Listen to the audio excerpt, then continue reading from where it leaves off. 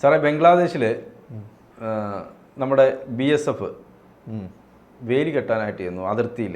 നല്ല കാര്യമല്ലേ? അപ്പോൾ ആ വേലി കെട്ടാൻ ചെന്നപ്പോൾ ബംഗ്ലാദേശിലെ ബോർഡർ ഗാർഡ്സ് ബംഗ്ലാദേശിൻ്റെ അവർ തടഞ്ഞു. ഇവർക്ക് ഇതിനൊക്കെയുള്ള ആരോഗ്യമുണ്ട്. ഇതുവരെ നമ്മൾ വിചാരിച്ച പോലെ അല്ല, ഇതുവരെ അങ്ങനെ തടയുന്നുണ്ടായിരുന്നില്ല. അവന് മുമ്പൊക്കെ തടഞ്ഞു. ഗാലിദാസ് ചെയ്യുന്ന സമയത്ത് വെറുതെ നമ്മൾ ഇന്ത്യൻ സൈന്യമായിട്ട് പ്രശ്നം ഉണ്ടാക്കിയെന്ന് അവർ.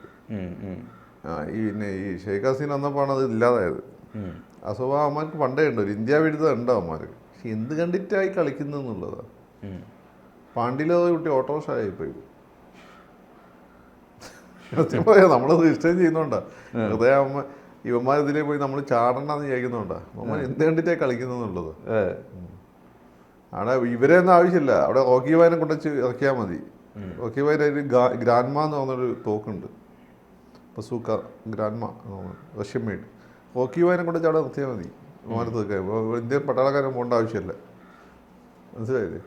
അവന്മാർ എന്ത് കണ്ടിട്ടാന്ന് മനസ്സിലാവുന്നില്ല. അല്ല, പ്രകടമായ ഇന്ത്യ വിരുദ്ധത ഇപ്പോൾ ഉണ്ടോ? ഒന്നാമത് ഈ വെള്ളപ്പൊക്കമൊക്കെ വന്നിട്ട് ഇന്ത്യ വിരുദ്ധ ഡാം തുറന്നു വിട്ടു. അല്ല, ഇന്ത്യ വിരുദ്ധത അവിടെ ഉണ്ട്. ഇന്ത്യ വിരുദ്ധത അവിടെ പണ്ടേ ഉണ്ടല്ലോ. അവിടെ നമ്മൾ ശരിക്കും അവർ ബേസിക്കലി ഇന്ത്യ വിരുദ്ധരാണ് നല്ലൊരു പങ്കും. അതുകൊണ്ടാണ് അവർ പാകിസ്ഥാൻ വാദം ആദ്യം ഉയർന്ന അവിടെ നിന്നല്ലേ. മുസ്ലിം ലീഗ് അവിടെ നിന്നല്ലേ ഉണ്ടായത്. ധാക്കയിലെ എന്തായിരുന്നു പിന്നെ ഒരു ജന്മിയായിരുന്ന അഖാഖാനൊക്കെ ആയിരുന്നു അതിൻ്റെ നേതാവ്, ഒരു ചൗധരി. പിന്നെ ജിന്നയൊക്കെ പിന്നാണ് വന്നത്. ശരി. അതിനുശേഷമാണ് പിന്നെ പഞ്ചാബിലൊക്കെ വന്നത്. ഇതിൻ്റെ കേന്ദ്രം കൽക്കത്തയായിരുന്നു. കൽക്കത്ത ഇപ്പോൾ ബംഗ്ലാദേശ് ധാക്കയായിരുന്നു ഇതിൻ്റെ കേന്ദ്രം. അപ്പം ഹിന്ദു വിരുദ്ധ ഇന്ത്യൻ വിരുദ്ധ അവരെ ബ്ലഡ് കുറച്ച് കാലമായിട്ടുണ്ട്. ഈ സാധനം കിടക്കുന്നുണ്ട്. അതിനിടയ്ക്ക് ഹിന്ദുക്കൾ വിട്ടു എന്നുള്ളതാണ് പ്രശ്നം. ആ ഹിന്ദുക്കളെ ഇവരെയും കൂടി യോജിപ്പിച്ച ബംഗ്ലാവികാരാണ്. ബംഗാളികൾക്ക് മലയാളികളെ കൊണ്ട് വന്നതിൻ്റെ ഒരു ചെറിയൊരു ആൻറ്റി ഇന്ത്യൻ സാധനമുണ്ട്. ബംഗാളി എന്താ വലിയ സംഭവമാണ്. രവീന്ദ്രനാഥ ടാഗോർ അവരുടെ ദൈവമാണ്. JC ബോസ് ലോകത്തെ ഏറ്റവും വലിയ സയൻറ്റിസ്റ്റാണ്. സുഭാഷ് ചന്ദ്രബോസാണ് ഇന്ത്യ കണ്ടുപിടിച്ചത്. സുഭാഷ് ചന്ദ്രബോസിനോടോ JC ബോസിനോടോ രവീന്ദ്രനാഥ് നമുക്കത് അഭിപ്രായം. നമ്മളവരൊക്കെ ബഹുമാനിക്കുന്ന ആളാണ്. പക്ഷെ ഇവന്മാരെ വിചാരം ഇവന്മാർ ജൂതന്മാരെ പോലെ പ്രത്യേക ട്രൈബാന്ന് വിചാരമുണ്ട് ഈ ബംഗാളി എലീറ്റിന്. ഒരു ബംഗാളി പറ്റെങ്കിൽ ഒരു ബംഗാൾ രാഷ്ട്ര ഉണ്ടാക്കാൻ ആഗ്രഹമുണ്ട്. നടക്കാത്തതുകൊണ്ടാണ്. സീരിയസ്ലി ഇവന്മാർ ബംഗ്ലാദേശിനെ കളിയൊക്കെ വരുമ്പോൾ ഇവന്മാർക്ക് ഭയങ്കര സന്തോഷമാണ്. സത്യത്തിൽ ഈ അവിടെ 47 നടന്ന കലാപത്തിൻ്റെ സമയത്ത് നവകാരിയിലൊക്കെ ഹിന്ദുക്കൾ ഭീകരമായി കൊല ചെയ്യപ്പെട്ടിട്ടുണ്ട്. ഇപ്പോഴും ഉണ്ട്. ഇതൊക്കെ ആണെങ്കിലും ബംഗ്ലാദേശോ ഇന്ത്യ എന്നൊക്കെ ആലോചിക്കുമ്പോൾ അവന്മാർക്കൊരു കൺഫ്യൂഷനാണ്. ഏത് വേണം, മറ്റേ നമ്മുടെ ഭാഷ. അവന്മാരത് കാണിച്ചിട്ടില്ല എന്നുള്ള വേറെ കാര്യം. ഇത് ഹിന്ദി, അത് വേണോ, ഇത് വേണോ, അതാണോ ഇതാണെന്നുള്ള കൺഫ്യൂഷനുള്ളവന്മാരാണ്. ഇത് നമ്മളധികം ചർച്ച ചെയ്യാത്തതുകൊണ്ടാണ് ഈ വിഷയം. സൗകര്യം കിട്ടിയ ഇന്ത്യയിൽ ഏറ്റവും എളുപ്പം ചാടിപ്പോകാൻ സാധ്യതയുള്ള ഒരു പ്രദേശം ബംഗാളാണ്. നോർത്ത് ഈസ്റ്റ് ആദ്യം ചാടിപ്പോവും, കശ്മീർ, അടുത്ത ഘട്ടത്തിൽ ബംഗാൾ, തമിഴ്നാട്, കേരളമാണ്. കേരളം ഇങ്ങനെ കഷ്ടപ്പെട്ടല്ല ഇന്ത്യയുടെ ഭാഗമായി നിൽക്കുന്നത്. പലർക്കും താല്പര്യമില്ല ഇന്ത്യയുടെ ഭാഗമായി നിൽക്കുന്നതിൽ.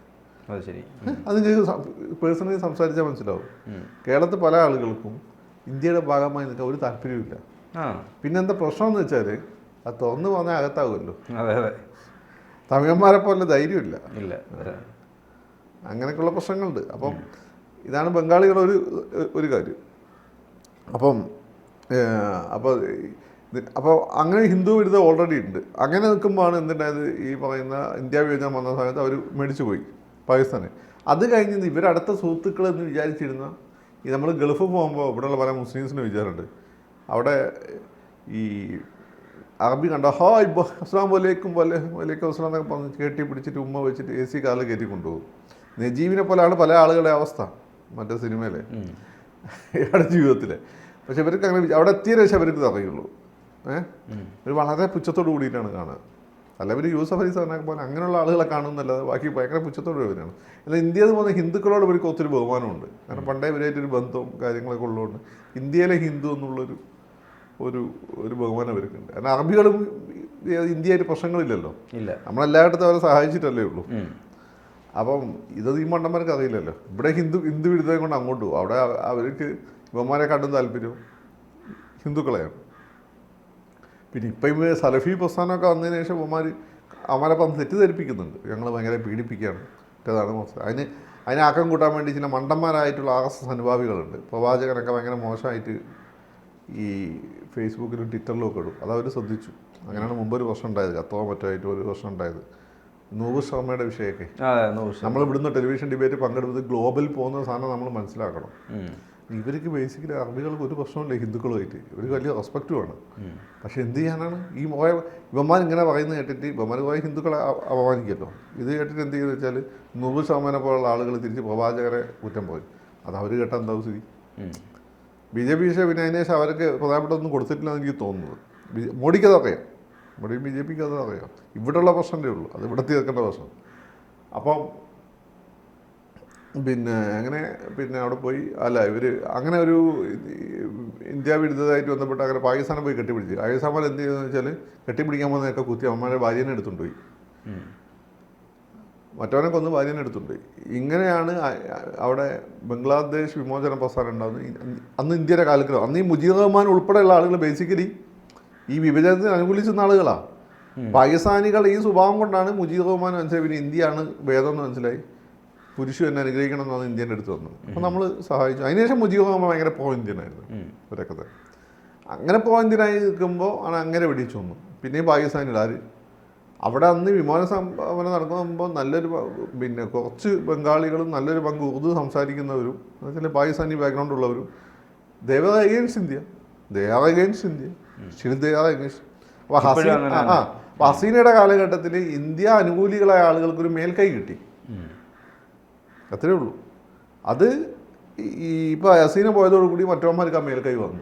ഇന്ത്യ വിരുദ്ധത അവിടെ എപ്പോഴും ഇന്ത്യക്ക് അനുകൂലമായി നിൽക്കുന്ന രാജ്യത്താണ്. ഞാനൊക്കെ സ്കൂൾ പഠിക്കാൻ ഞാനങ്ങനെ ഇന്ത്യ അനുകൂലമായ രാജ്യം. അപ്പോൾ ഇർഷാദായിരുന്നു അന്ന് പട്ടാളപേദ, അവനൊക്കെ പാകിസ്ഥാൻ പക്ഷപാതിയായിരുന്നു. അത് ഗാലിദാസിക വന്നു. ഗാലിദാസികൻ്റെ അണ്ടറിലാണ് ഇവർ ഇന്ത്യൻ പട്ടാളക്കാർ US വരെ വെടിവെച്ച് നിന്നിട്ടുണ്ട് അവർ. നമ്മളന്ന് ക്ഷമിച്ചത് മറ്റോ ആണത്. അപ്പം അതിൻ്റെ ഇപ്പം എന്ന് വെച്ചാൽ ഇപ്പം വെടിവെച്ച് വന്നിട്ട് ഇതിൻ്റെ തടയാൻ പോയത് ഇപ്പം ഈ ഡാം നമ്മൾ തുറന്നു വിട്ടു, ഞങ്ങളങ്ങനെ വിട്ട് തരില്ല എന്ന് കാണിക്കാൻ വേണ്ടി. ഇവന്മാർ എന്ത് കണ്ടിട്ടാണ്? ഇവർക്ക് ഇന്ത്യയുടെ ശക്തി എന്താണെന്ന് പറയും. നമ്മൾ പിന്നെ വിട്ടേക്ക് നമ്മൾ പറയില്ലേ പോ പറയില്ല, തരം നോക്കി കളിക്കുന്നതായില്ലേ, അങ്ങനെ ഒഴിവാക്കി വിടുന്ന ആളും തരം നോക്കി കളിക്കുന്നു.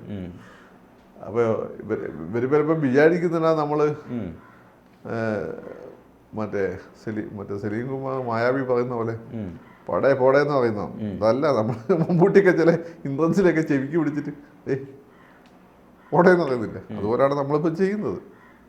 പക്ഷെ ഇതിങ്ങനെ പോയി കഴിഞ്ഞാൽ മെനക്കെടാവും. നമ്മുടെ പട്ടാളത്തിൽ ഇസ്ലാമിസ്റ്റുകൾ വളരെ ശക്തമാണ്. അവരെ പട്ടാളത്തിൽ ബേസിക് ബ്രിട്ടീഷുകാർ പിന്നെ പാകിസ്ഥാൻകാരാണ് ട്രെയിൻ ചെയ്യിപ്പിച്ചത്. അപ്പോൾ അതിൽ ഇന്ത്യ വിരുദ്ധത ഉണ്ട്, അതിൽ പട്ടാളത്തിലുണ്ട്. ഹസീനനെ പലതവണ അവർ പുറത്താക്കാൻ നോക്കിയതാണ്. ഇത്തവണ ഹസീനനെ കൊല്ലാതെ വിട്ടത് അവരുടെ ബന്ധു പട്ടാളത്തലവനായതുകൊണ്ട്. അതുകൊണ്ടായി ഹസീന അയാളെ പിടിച്ച് പട്ടാളത്തലവനാക്കിയതായി. ഹസീന മുൻകൂട്ടി കണ്ടിട്ടുണ്ടോ? എങ്കിലും അതിശക്തമായ ഇന്ത്യ വിരുദ്ധത ഉണ്ട് അതിൽ. അപ്പോൾ ഇതൊരു യുദ്ധത്തിലേക്ക് പോകുമെന്ന് ചോദിച്ചാൽ എനിക്ക് അറിയില്ല. ഇനിയിപ്പോൾ ഇന്ത്യനെ തൊണ്ടാൻ വേണ്ടി ബംഗ്ലാദേശുകാർ യുദ്ധം ഉണ്ടാക്കിയെന്ന് അറിയില്ല. ബംഗ്ലാദേശ് യുദ്ധം നമ്മൾ പെട്ടു. അതെന്താ അറിയോ, ഇപ്പം നമുക്ക് 2 വാർ തിയേറ്ററാണ് ഉള്ളത്. നമ്മുടെ മൊത്തം സ്ട്രാറ്റജി അങ്ങനെയാണ് പോകുന്നത്. പാകിസ്ഥാൻ ഈസ്റ്റും വെസ്റ്റും നോർത്ത് വെസ്റ്റ്, ഇതാണ് നമ്മുടെ 2 വാർ തിയേറ്റർ, ചൈനയായിട്ടും പാകിസ്ഥാനായിട്ടും. ഇവിടെയും കൂടി ഒന്ന് നോക്കുമ്പോൾ നമ്മൾ റിസോഴ്സസ് അത്രയും അങ്ങോട്ടും പോകേണ്ടി വരും. അപ്പോൾ നമ്മൾ പെട്ടു. ഇങ്ങനെ എന്തോ അജണ്ട ഉണ്ട് അമേരിക്കയ്ക്ക്. എനിക്ക് തോന്നുന്നു നമ്മുടെ വലിയ അതിർത്തി ബംഗ്ലാദേശുമായിട്ടാണോ? ബംഗ്ലാദേശ് ദീർഘമായിട്ടുള്ള ലാൻഡ് അത് ആൾതാമസമുള്ള അതിർത്തി. മറ്റേന്നൊക്കെ വെച്ചാൽ മഞ്ഞുമുടി കിടക്കുക ആരും ഇല്ലാത്ത പ്രദേശമാണ്. ആൾതാമസമുള്ള ഏറ്റവും കൂടെ അതിർത്തി ഇവരായിട്ടാണെന്ന് എനിക്ക് തോന്നുന്നത്. അങ്ങനെ നമ്മൾ ചുറ്റി വളഞ്ഞിങ്ങനെ പോവുകയാണ്. അത് വലിയ പ്രോബ്ലമാണ്. നല്ല പോപ്പുലേഷൻ ഡെൻസിറ്റി ഉള്ള സ്ഥലമാണ് ഈ ബംഗാൾ എന്ന് വെച്ചാൽ. ഈ ബ്രഹ്മപുത്ര ഗംഗ ദോബാണത്. അപ്പോൾ അവിടെ വെച്ചാൽ നല്ല പോപ്പുലേഷൻ ഡെൻസിറ്റി ഉള്ള സ്ഥലമാണ്. അപ്പോൾ അവിടെ ഒരു ബാർ തിയേറ്റർ തുടങ്ങാന്നുള്ള പരിപാടിയാണെന്ന് തോന്നുന്നു. നമുക്കിപ്പം പ്രാഥമികമായിട്ടുള്ള കാര്യങ്ങൾ ഒരു നിർദ്ദേശവും എന്തെങ്കിലും ഒരു മുകളിൽ നിന്നുള്ള നിർദ്ദേശം ഇല്ലാതെ അതുണ്ടാവും, തടയാൻ ചെല്ലത്തില്ലല്ലോ. അല്ല അതുണ്ടാവും. അതിന് പിന്നീട് അമേരിക്ക ആയിരിക്കും. ഇതൊരു വാർ തിയേറ്ററാണ്. വാർ തിയേറ്റർ ഓപ്പൺ ചെയ്യാനുള്ള ശ്രമമാണ്. അതിൻ്റെ ഇങ്ങനെ ചെറിയ സംഘർഷങ്ങളിലൂടെയാണ് വലിയ സംഘർഷങ്ങൾ ഉണ്ടാവുക. അതുകൊണ്ടാണ് ഇന്ത്യ സീരിയസ് ആയിട്ട് എടുക്കാത്തത്. അല്ലെങ്കിൽ ഇന്ത്യക്ക് 4 പട്ടാളക്കാരെ വെടിവെച്ചിടാനാണ് ബുദ്ധിമുട്ട്. അതെ, അല്ല അമേരിക്കയുടെ കറുത്ത കരങ്ങൾ ആയിരിക്കും. ഇതിപ്പോൾ എന്ന് വെച്ചാൽ ആയമേനെ ഓടിക്കുക എന്നുള്ളത് ഒന്നാമത് അത് നടന്നു. ഇനി അടുത്തത് ഇന്ത്യ ആയിട്ട് ചൊറിയാന്നുള്ളതാണ്. അപ്പോൾ ഇന്ത്യ ആയിട്ട് നിതാന്തമായ ശത്രുതയെ നിർത്തുക. അപ്പോൾ എന്ന് വെച്ചാൽ ഇന്ത്യ വിരുദ്ധത കൂടി വരും. അപ്പോൾ ഇന്ത്യൻ അനുകൂലമായ എല്ലാ ഫാക്ടേഴ്സും അവിടെ കരിഞ്ഞു പോകും. എന്നിട്ട് ഒരു വാർ തിയേറ്റർ ഇവിടെ തുറക്കുക. അങ്ങനെന്താണ് പരിപാടി. അതാണ് ഉദ്ദേശിക്കുന്നത്. കൂടുതൽ വാർത്തകളും വിശേഷങ്ങളും നിങ്ങളിലേക്ക് എത്താൻ ABC മലയാളം സബ്സ്ക്രൈബ് ചെയ്യുക. ബെൽബട്ടനും അമർത്തുക.